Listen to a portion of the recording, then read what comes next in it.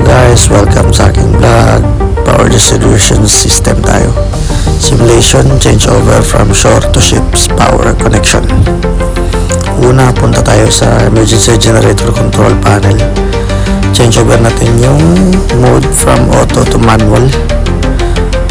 Tapos manually start natin yung emergency generator. Pagkaroon, check natin yung parameters, yung voltage, tachometer, LO pressure, temperature, tsaka water temperature kung normal ba. Once stable na yung generator natin, change over natin from manual to auto mode.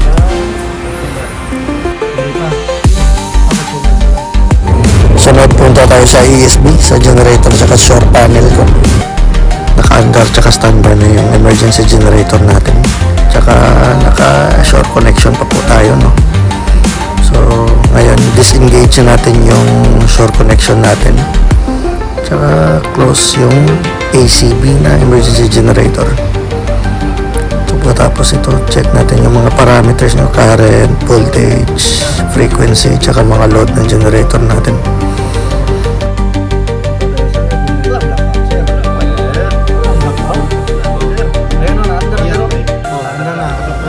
Punta tayo sa MSB, sa MCD.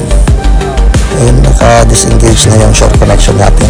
Tsaka engage yung generator. So, sa ngayon, punta tayo sa ESB consumer.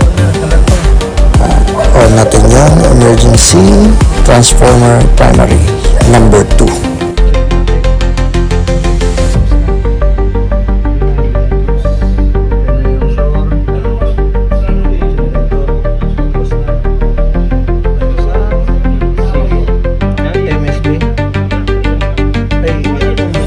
Sunod naman, punta tayo sa generator, local panel sites, 1, 2. Dapat na i-change over muna natin from remote to engine side. Tsaka yung steps 2 to 5, paki-follow na lang po. So ngayon, assuming na tapos na tayo steps 2 and 5, hold natin yung start button ng GE number 1 hanggang mag 900 RPM at maging stable siya. Katapos nyan, balik sa remote. Sunod, balik na naman tayo sa MSB, sa synchronization panel, no? So, select natin yung frequency at voltmeter from off to generator 1. Tapos, press natin yung auto synchro ng generator 1. So, hintayin natin mag ACB on or close. Ayun, no? Close na yung ACB ng GE number 1 natin. Ngayon, magdagdag tayo ng mga loads sa steering gear, hydraulic pumps yung dadagdag natin. Number 1 tsaka number 2.